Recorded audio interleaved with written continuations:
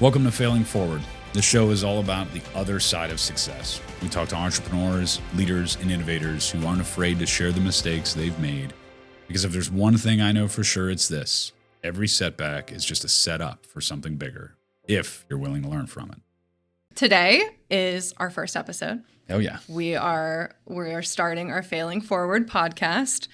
I guess I'll introduce myself. Obviously, Tim, you know me, but for some of the people that may be listening, they may not. So my name is Leah Tikak. I am a marketing manager at HD Growth Partners and do many other random jobs and miscellaneous tasks and things, but that's the main gig. So I am incredibly excited to talk to you today, actually, because I have a list of questions that I have wanted to ask for a long time. I'm only a little bit nervous. Probably.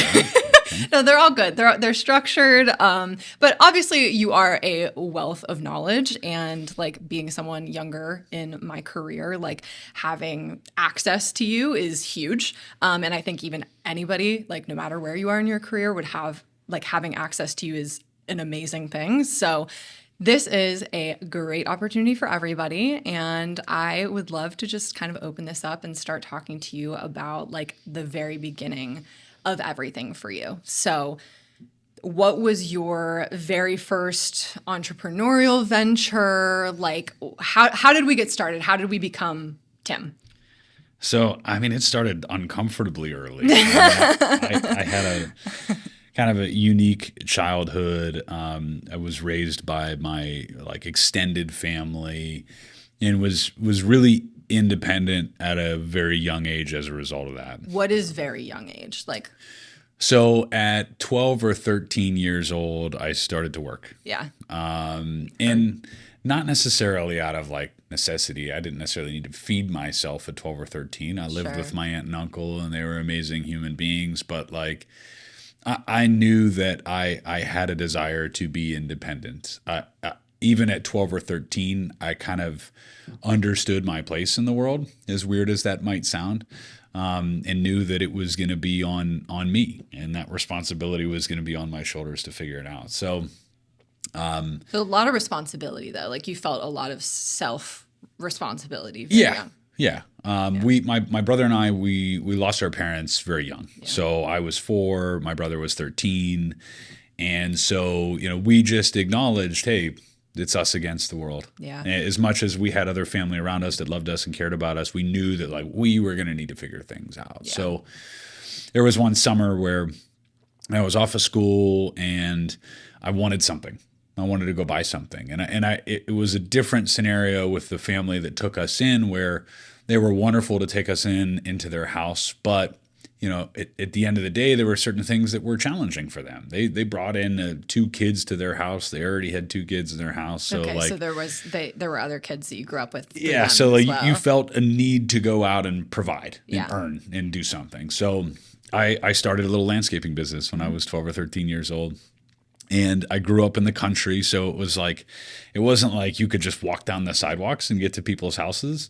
You were probably a mile or so between houses. So I walked. This is all very familiar to me. Down the street to each house, and I would just knock on the door, and I would say, "Hey, do you need help?" And you're literally like 12 doing this? Yeah. Do you need help around the house? Do you need some help pulling weeds? Do you need some help cutting grass? Okay, I have a question already. As a 12-year-old, are you going into this with like any level of fear, or are you honestly just like, yeah, I'm just going to ask them, like whatever, I'll just ask? Yeah. In hindsight, no, shockingly. Yeah. I'm not really sure why. I mean, and I think it was because of the fact that I bounced around a lot and I lived in a lot of different homes growing up. Yeah.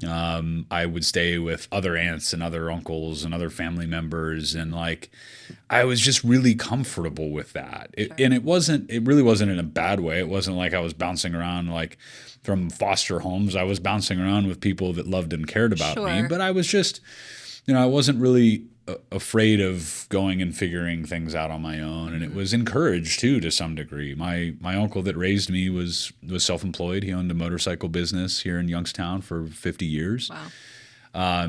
So to him, it was kind of the usual. It was like an entrepreneurial family. Deeply influenced your like connection to community too. Yeah, absolutely. It's so interesting that you said that. I mean, I know that's like such a heart-centered thing for you, like just a sense of community, like obviously what you've built at HD, and then also just like our connectedness to the community, like both, it's already just so interesting connecting a lot of those things. Like you saying that makes a lot of sense already. When you're raised by a community, you view the community differently. Yep, absolutely. Right? Not everyone was raised by a community. Yeah. Most people were raised by, the nuclear family of a mom and dad. And I had so many people that contributed to who I am and how things kind of ultimately turned out that like, I will always have that undying sense of loyalty to repay that in some way. Yeah.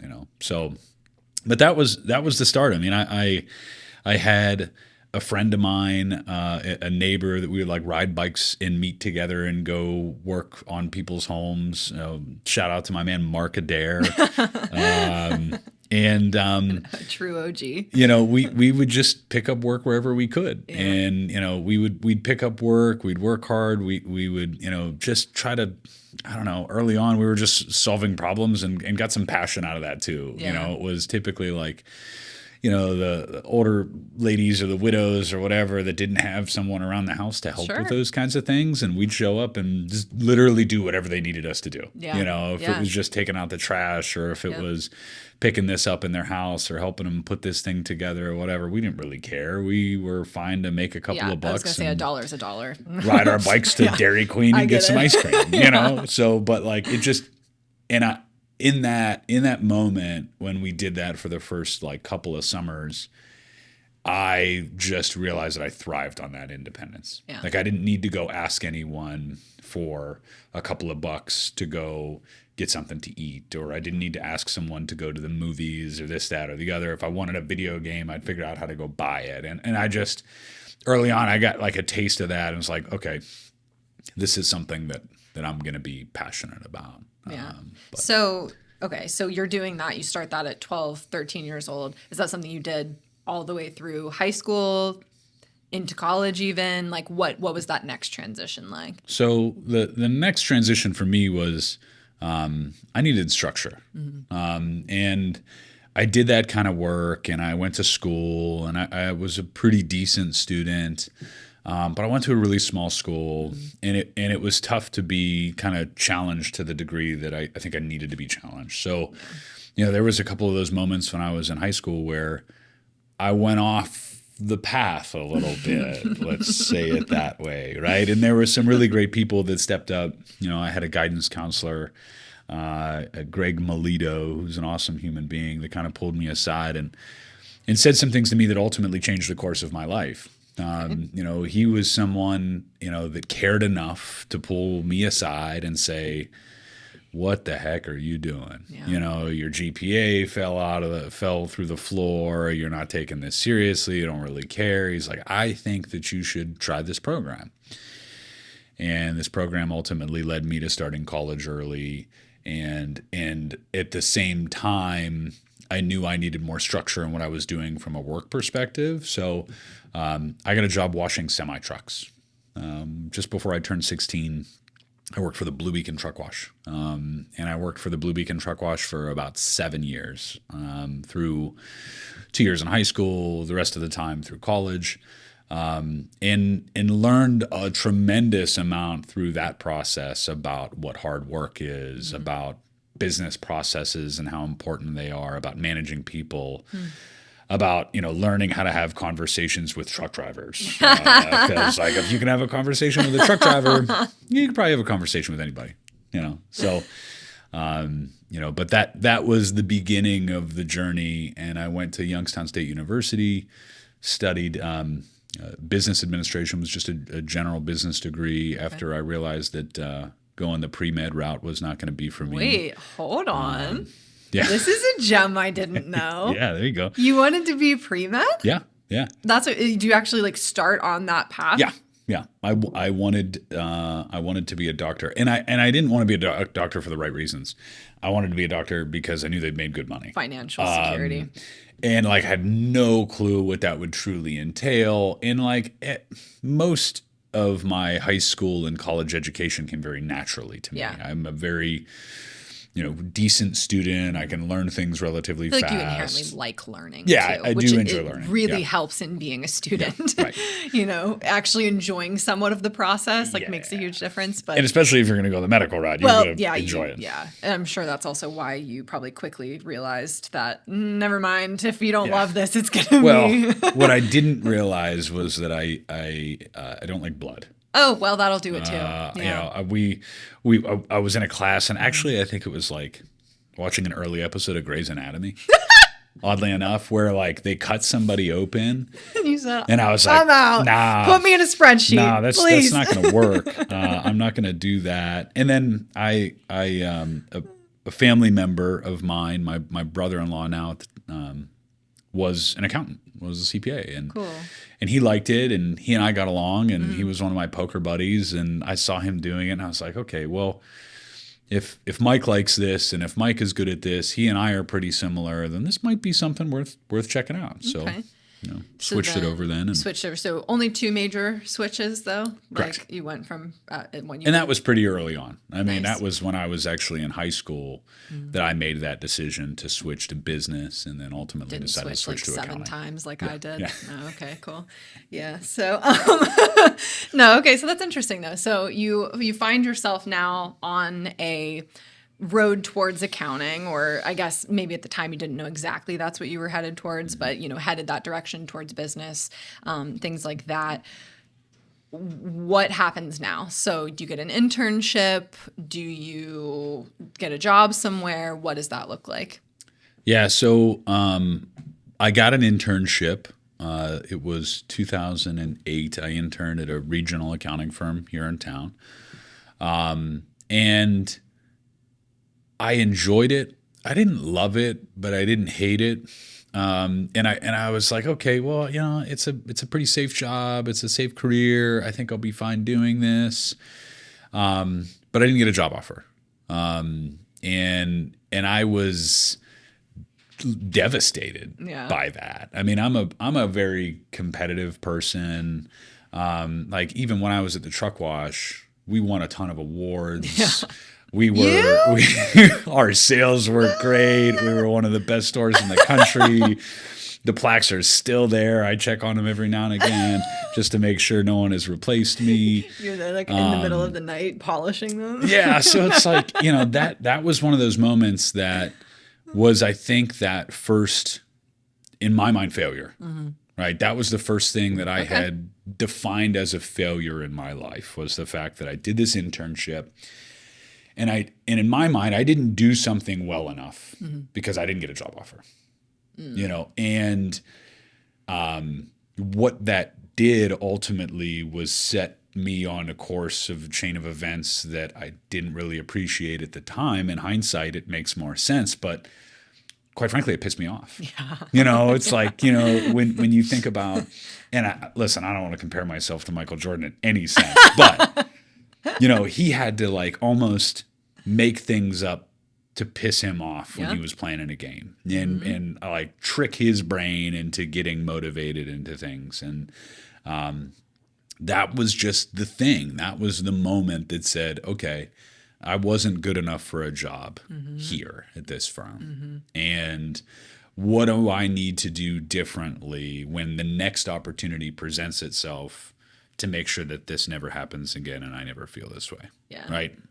Now, that compounded, and that got worse before it got better, I promise you, because what happened next was even more devastating from my perspective, because I interviewed with every other firm in this town, and I did not get hired by any of them. I went through multiple rounds of interviews with some of them. I bet they're all regretting it now. I met a lot of the people, and in hindsight now, I was trying to get a job in the peak of the financial crisis. Yeah. In a largely a dying community in Youngstown in the early 2000s. Yeah. Things weren't looking good around here. And so, like, in hindsight, I feel less that it was about me and more about the, broader national economic situation. But in that moment, you were internalizing I'm just a lot of it. Throwing coal into the fire because every day I'm just more pissed, right? And I'm just like, okay, I'm ready. I'm taking this because, one of the things that I think, it changed me over the course of my life was when you go through some of the challenges that I went through growing up, and when you're independent at an early age and you're figuring things out on your own, like you have to have a sense that everything happens for a reason, right? Because if you don't have a sense that everything happens for a reason, it's really easy to spiral. Yeah. And it's really easy to focus on that thing and say, oh, I didn't get that job and I'm not good enough. And I'm sad and woe is me and this, that, or the other. But no, I mean, to me, nothing good ever comes from that. Like my father was an alcoholic. And the reason that I grew up without a father was because he was dependent upon alcohol.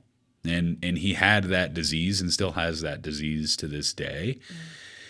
And that's the way that he handles problems. And there's a lot of people in the world that's how they handle their problems. They handle their problems with booze. They handle their problems with drugs. They handle their problems with food or other unhealthy habits. And, I just didn't ever want to do that. I was aware of the fact that I had an addictive personality and said, okay, let's point this energy somewhere else. Yeah. And so now was the time to wait for when that opportunity showed up. Very, very, very interesting.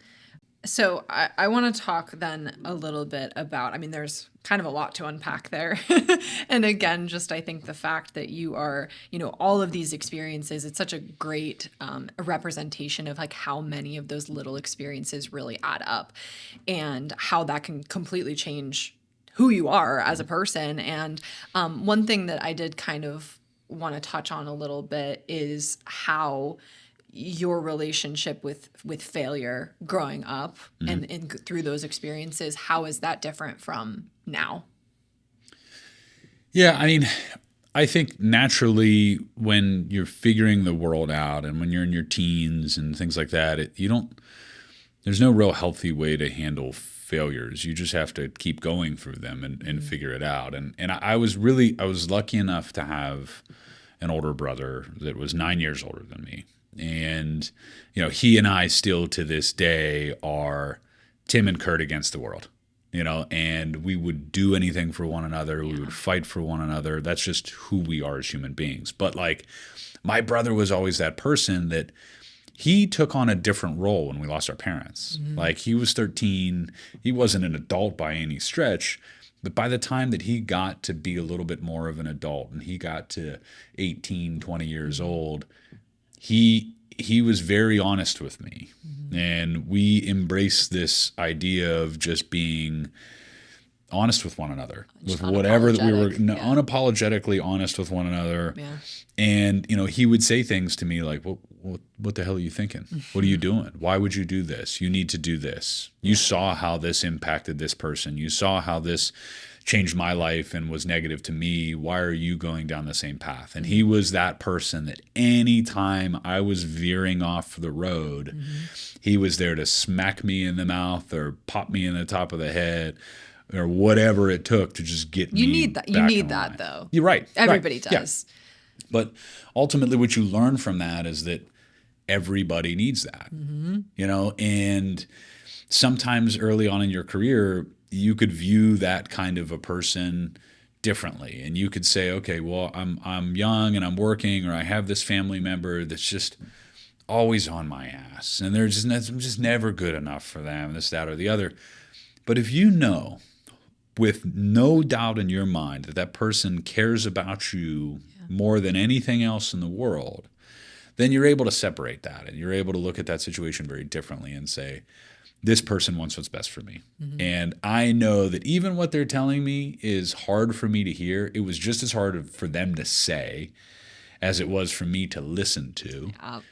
But I need to listen to it because it comes from the right place. Yeah. So that ultimately shaped my relationship with failure along the way, was that I had someone that looked at me and would remind me often that failure is necessary and failure is something that we have to go through and we got to learn from it. And we got to get better. Sitting around and feeling sorry for ourselves is not going to get us anywhere. Yeah. So I was lucky to have that early on with my brother and then other people along the way as well.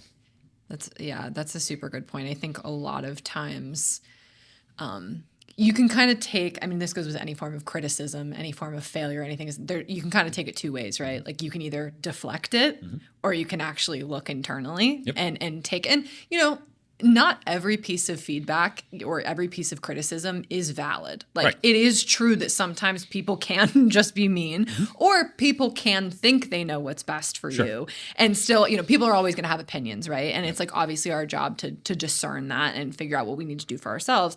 But I do think it's like equally as important to be able to say, hey, this is feedback that I am going to not just immediately deflect, but I'm actually going to take and say, how can I be better and how can I move forward? And I think you learning that early is honestly probably a huge reason for the success that you've had so far, because you were able to actually take that information. And like, I know for me, like I'm definitely a people pleaser. I am someone that, again, I want to do a good job. So like the second I get any level of negative feedback, my first response is usually to just like crumble into a black hole. Realistically, that's like the first response. But over time, I've gotten a little bit better at being able to be more objective about that. And that's what I feel like you learned really early, is taking that. And, I have a question later actually about how you kind of keep those two things separate. And I feel like now is a good time. Honestly, we can just bring that up. Let me find exactly what that question was. So my question here was, how do you separate your personal identity from your professional setbacks? So how do you not feel like a failure as a person and look at a failure as a learning opportunity instead of like you as a person being the failure? And asking this for a friend, not for me, but in case this would benefit anybody else. Well, you can tell your friend. In complete honesty, it's impossible to keep that divide totally all the separate. Time. Yeah. You're gonna feel like a failure. It's inevitable, right?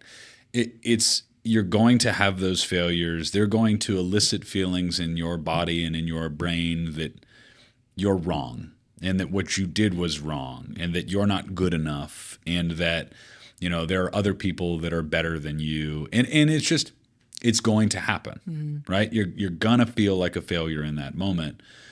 What you do next with it is the important part. Right? Because it's just very natural to feel like a failure when things go wrong. Yeah. And if you're doing it right, in my opinion, you should. Yeah. Because at least you care. Well, what most people would do, and I think that I would say most, and I think that that's a fair observation, greater than 50% of people, right? Is that the first reaction to failure sometimes is, who else can I blame for this? Couldn't have been me, right? It's not my fault, right? The first thing that you should do in that moment of failure is realize it is your fault. Yeah. Right? If you own a business, and let's say you own a restaurant, for an example, and this is an example that my original partner used to share with people all the time. You own a restaurant, your restaurant fails, which in all likelihood you have a pretty high chance that it's going to happen in that industry, right? I think it's like a 10% chance of success in that business. Really? At best. Wow. But so we had a client that came in one day and they asked the question of like, my business is failing. What do I do? And so I would observe Harold dig into these questions. And he would ask them, well, what's going wrong? What's happening? Why is it quote unquote failing? And the person's response to it is, well, my manager sucks. The manager's not good at their job. Right? And that's an example of how the average person responds to failures, right? They're just going to point to that manager. Now, where you can flip that script, and what I watched Harold do time and time again with people, is force them to take responsibility and ownership for failures, right? And then ask the question, okay, well, so your manager sucks. I hear you. That's terrible. I'm sorry for that. But who hired the manager? Right? Who trained the manager? Who was responsible for that manager every week? And in that moment, it's like, okay, well, all of a sudden now someone's being a mirror, right? And they're holding that up in front of you and saying, oh, it is me, right? So I think that's something that early on with failure, you have to just look past that easy opportunity to blame someone else and say, what did I do wrong? If you go through all the things of what you could have personally done wrong first before you start blaming other people, you're going to get to solutions much, much faster. So, that was something early on, and Harold used to always say something that I've continued to share in our organization. I know you've heard this, is that a mistake isn't a mistake if you learn from it. Yeah. Right. And the same thing could be said about a failure, is that a failure is not a failure if you learn from it. It's just a lesson. But a mistake is a mistake if you don't learn anything from it. Yeah. And I've come to the conclusion that that's not a very natural way for people to view the world. No, it's not. I thought that was natural because that's the way that I view the world. Sure. But I had enough interactions with business partners or colleagues or whatever, where when something didn't go right, I sat them down and I said, okay, well, let's talk about what didn't go right. And their immediate response is defensive and pointing the finger at other people. I'm like, no. I'm not here to do that. It hurts that ego, man. Yeah. That swells up. I'm here to just figure out how we get better, right? But, so to your original question of like how you draw the line in that, you don't. And in my opinion, a lot of the things that I feel have made me, by relative definitions of successful in our business, have also made my life at home better. I have an amazing relationship with my wife. She's my best friend. She's my partner. She's the first person that I want to tell when things go right. She's the first person I want to tell when things go wrong. Yeah. But it is really important to be able to have that kind of a relationship with that human being at home, because those are the failures you're really going to learn from. Yeah. The failures as a husband, the failures as a father, the failures, to your community, as a brother, as a sister, as a whatever, as a friend, and just be able to be introspective about those things and look inside and say, okay, well, this is what I did wrong in this situation. So it's been I've always had somewhat of a blurred line between the two, of my personal life and the business, because I love what I do and I love my life, and so it's just one of those things where I'm lucky that I can say that, I think. Oh yeah. There's moments where that's unhealthy, but I think there's the other side of the coin there too, but I do think that that's very good advice. I think it's important sometimes,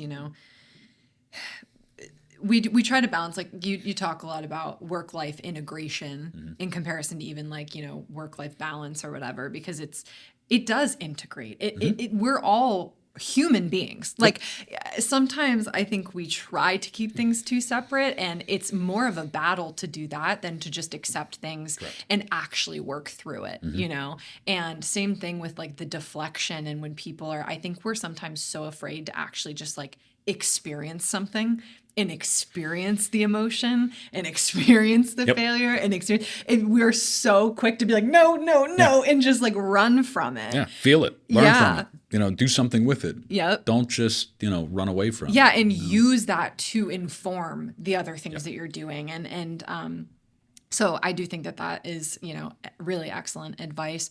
I do want to, you've mentioned Harold a couple times, and you mentioned your brother, and you've said too, you have had other people in your life that have served in somewhat of a mentor-like position. And so I would love to kind of just touch on that and have you explain a little bit about what impact having a mentor and having that mentorship has had on you and your career and your trajectory, really. Yeah, I think that the concept of having a mentor and the theme of this podcast are very much so aligned. Is the idea here is we're talking about failing forward, and we're talking about learning from our failures, but having a mentor could allow you to learn from theirs too. Yeah. Right. So, I talk about my brother who is 9 years older than me, and, there were mistakes that he made that he was, willing to share with me that prevented me from making the same. Right. And then eventually when I started working with Harold, Harold had been in the accounting industry in the, local community leadership position for decades. And he was willing to share those failures with me. Yeah. And he loved to share those failures with me. And he cared enough about me and the progression of my career and my life that he was very candid and open and honest with me about those failures. And when he saw me making a mistake or doing something that may lead to making the same mistake that he did, he would tell me. Yeah. He'd call me out and he would say, Timmy, you need to do this, or you need to do that, or you need to change the way that you're doing this. Or he was one of the people in my life that, you know, I had dedicated a lot of time and energy to our business in those early years. You know, when I started there and I was doing whatever needed to be done. And if that meant that I was sleeping on my floor in my office, that meant that I was pulling an all-nighter and sleeping on the floor in the office. Yeah. And I didn't take care of myself. Yeah. And in those first couple of years and working in accounting, going from the very physical job of washing semi-trucks to Sure. sitting behind a desk and keying things in, I gained like about 100 pounds. Wow. And I got really, really unhealthy, and I wasn't taking care of myself. And you know, Harold was one of those people that inserted himself and was honest with me and looked at me and said, "What are you doing? Yeah. You're going to regret the decisions you're making today." And again, I knew that, like my brother, I had the same relationship with Harold to an extent where it was like I knew where it came from.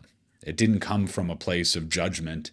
It didn't come from a place of anything other than he genuinely wanted what was best for me. So I had that with Harold. And then later on in life, as Harold retired and was not as active in our business, I sought out other mentors. And I found another gentleman by the name of Gary Seamus, who had built a very successful accounting practice in the Cleveland area.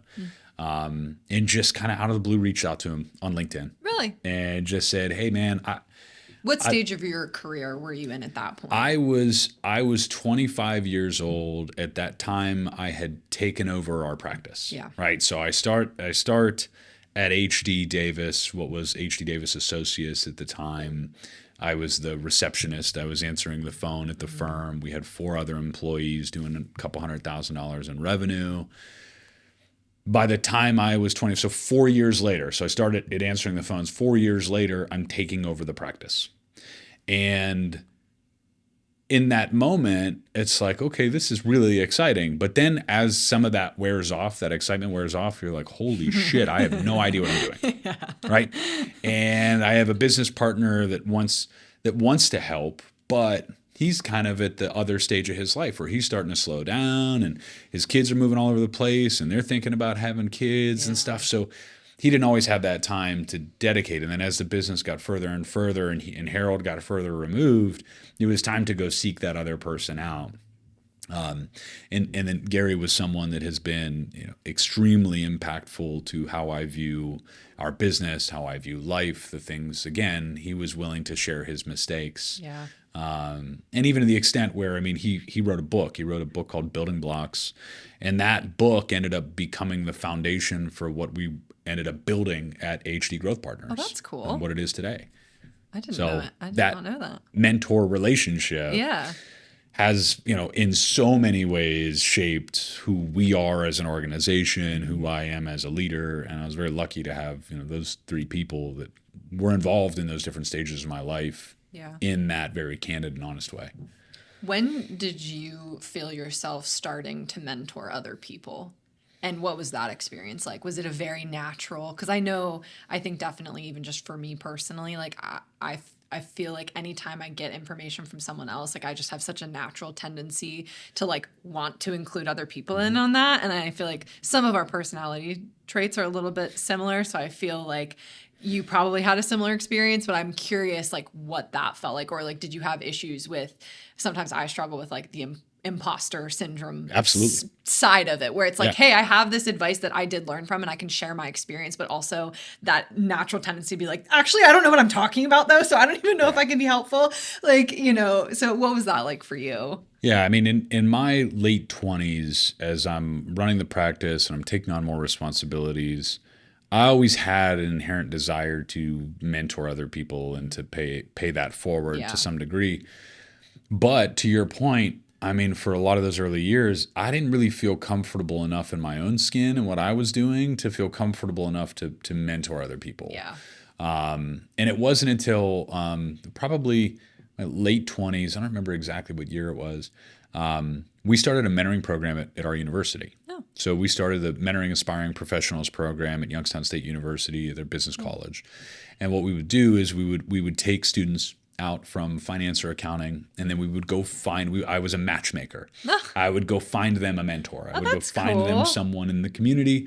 I would pair them up. I feel like you would love that. And that seems a very they would go do their thing, yeah. right? So I saw that, and I saw the value that was created for those students in that relationship. And I saw the people that we were choosing as mentors, and I saw the things that they were doing.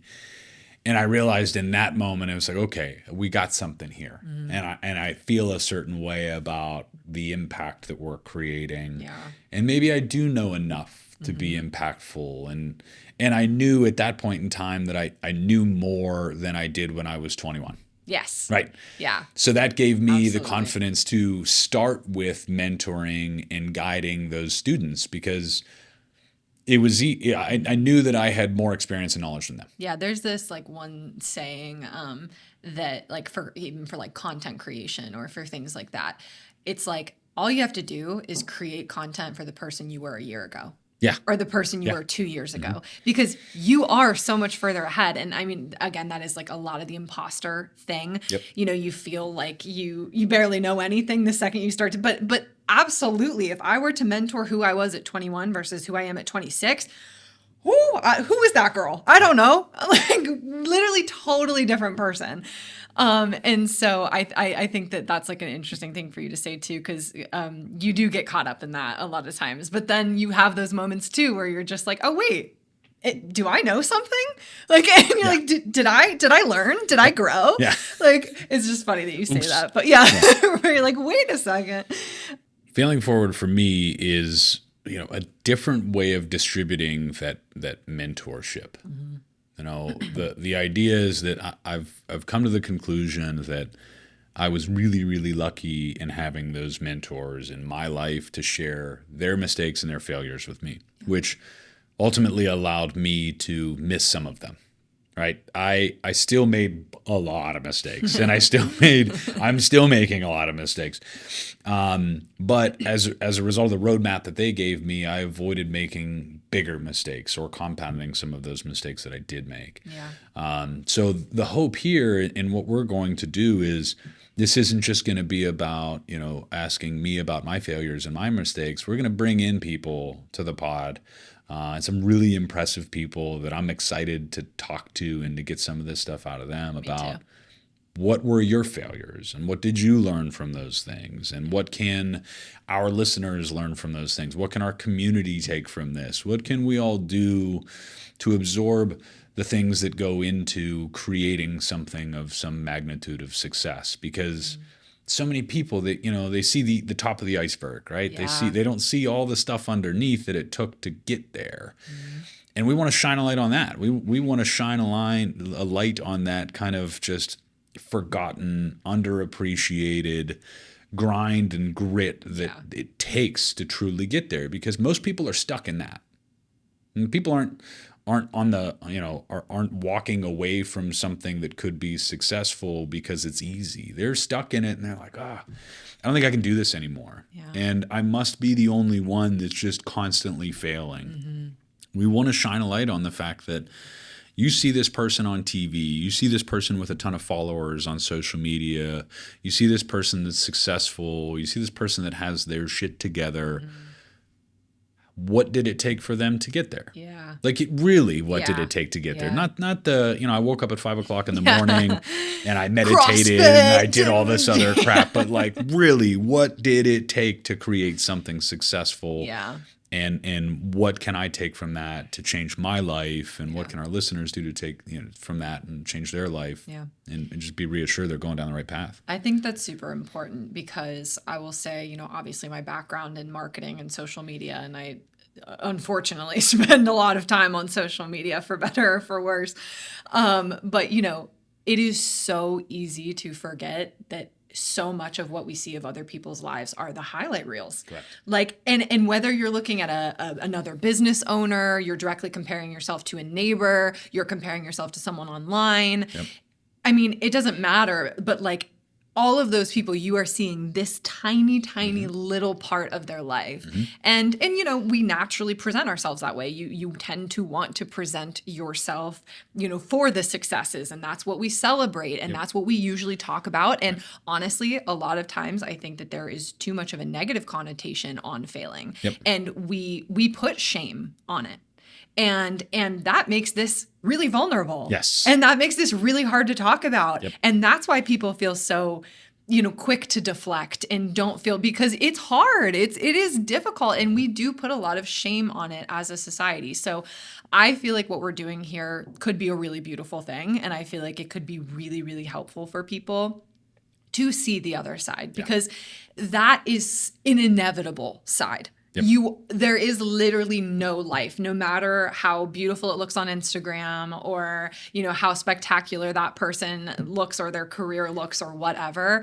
That's not the whole story. And so I think that having something like this to really showcase that is incredible. And I'm like so excited to get more people on here and really talk to people about this, because I mean, I know I personally need to hear it. And so if one person does, then I'm sure someone else out there is going to like really benefit from this. So if someone is, you know, listening to this right now and they are in the middle of what feels like a failure, what would you say to them?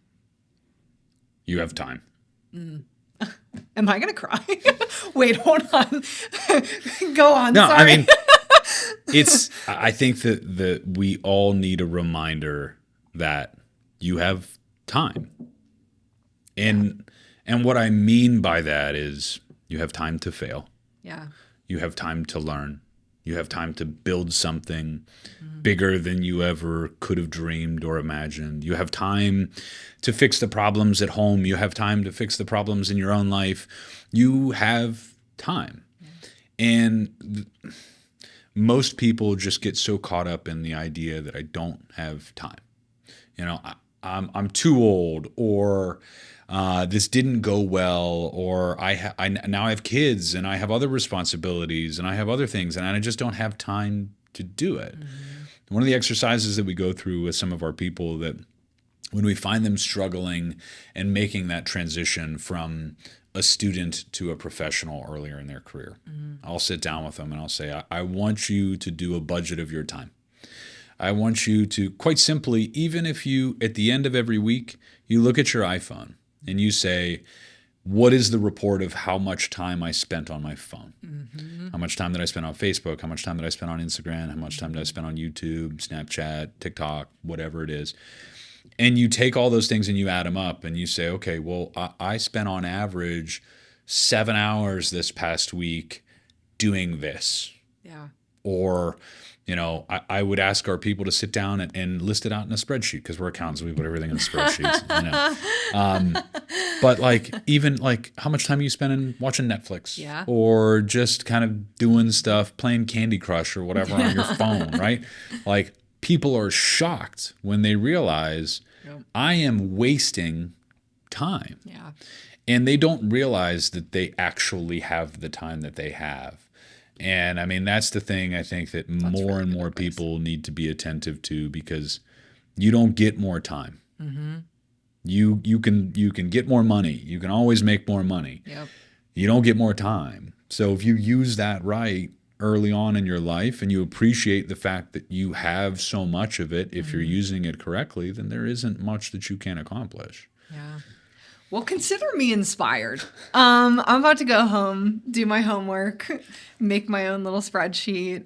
I actually love that so much. And that's such an excellent point. We really do. In so many things in our life, our time sucks. Like, and they just really are. And you don't realize it, but you aren't utilizing your time well. We don't have good systems put in place. Like, that's something that I honestly, personally really want to work on, both in my professional life and also in my personal life, is like actually creating systems around things and finding ways. You know, I know sometimes efficiency, you know, it can sound like a little cut and dry, but I mean, obviously as an accountant, you probably love the word, but like when you try to say like, oh, I want to make my life more efficient, it can feel a little bit sterile. Yeah. And you've got to, You've got to be protective of your time. But yeah, and exactly. Yeah. You need to recognize that like if you don't make the time, something else is going to take it. Someone, we're protecting. You put your money in a wallet. Yep. You put the money in the bank. But we're so loose about how we spend our time. Yep. If people spent and protected their time the same way that they protected their money, their lives would be different. Yep, you're so right. Which is fascinating to me because of the fact that you can make more money and you can't make more time. It's like why aren't we protecting this? Why aren't we building moats around this shit? Why aren't we figuring out how to protect that and stop, the marketing efforts that are always taking our time from us? The people in our lives that don't truly appreciate and respect us, the time that they're taking from us, the other distractions that aren't worth our time. Yeah, even just the mental load, the mental energy that goes into those. Put your time in a wallet and think about how you're spending it. Yeah. That's the exercise of like going through that inventory of how you spend it. It's just protecting it and think about how you're going to spend it. Yeah, really, it's the intentionality, and that has made such a huge difference for me. Just very recently, I've been really focusing on that, and it is crazy how much, like when you really are intentional, it's like a completely different life. And all you did was change your perspective. All you did was pay attention more in those moments and really live in those moments and actually focus on the things that you're supposed to be focusing on in that moment instead of being all over the place. Like we're just so overstimulated, I feel like, as a society. It's very overwhelming. And like, I don't blame people, but at the same time, like it is ultimately our job to protect that. Yep. And so that is incredible advice that I know I needed to hear. So, here was the one. And I don't know if you'll have an answer for this. It's okay if you don't. But this was what's one story that you just have to tell on this podcast today. So it can be something that was impactful to you. It can be funny. It can be whatever. Vulnerable. Hey, open space here. So, I mean, I think that the idea of the podcast for me is sharing, those things that I learned from other people. Yeah. Right. And I was really fascinated by Harold in so many ways. And I'll probably talk about him a lot throughout this podcast, and we'll have him on here because we'll have fun with him. But, I was lucky to watch him and observe him at a very young age and early years of my career. Yeah. And we'd go to meetings with clients, or we'd go to meetings with potential clients, and we'd talk about the things that we're going to talk about on the way, and we'd prepare and we'd plan and this, that, or the other. And we'd go to the meeting, we'd have the meeting with person, and every time, I mean, it was a guarantee. We'd get out of the meeting, we'd hop in the car to drive back to the office, or that person would leave the office, and then Harold and I would kind of regroup and talk about how we felt it went, right? Mm-hmm.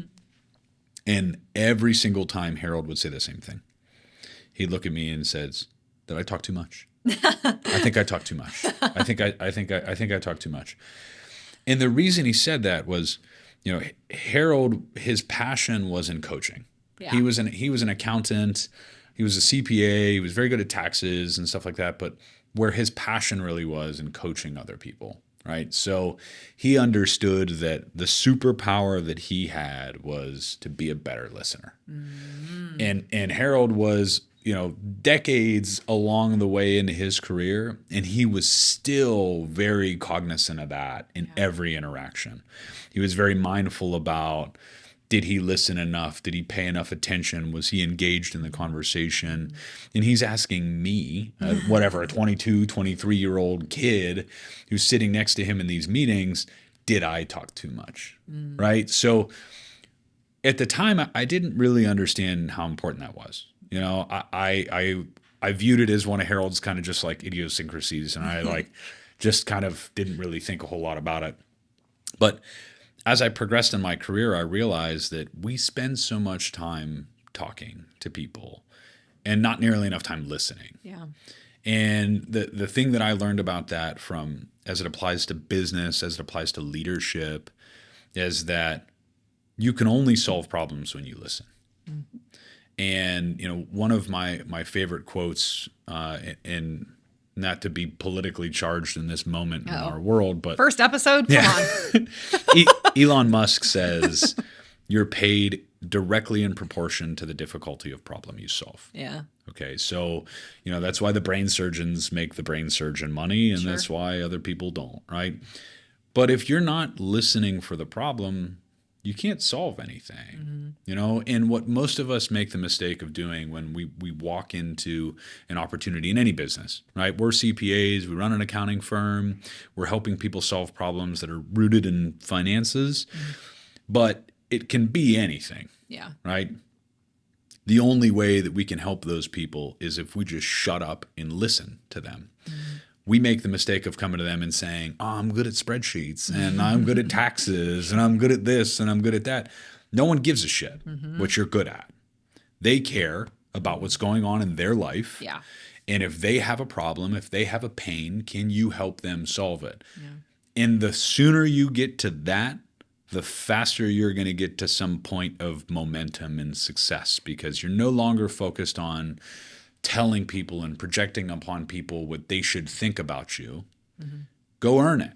Yeah. Right? Listen to their problem, help them solve it. And once you help them solve one problem, you've earned some semblance of trust and respect with them. And they know that they can come back to you when they have the next one and they can ask that question. They know that you will be that person that guides them and helps them solve those problems. So, I think that the thing that I would leave everyone with is shut up and listen, and just take that time to not talk. Be okay with the silence in a conversation with someone, because sometimes the silence tells you something too when you're having a conversation with somebody.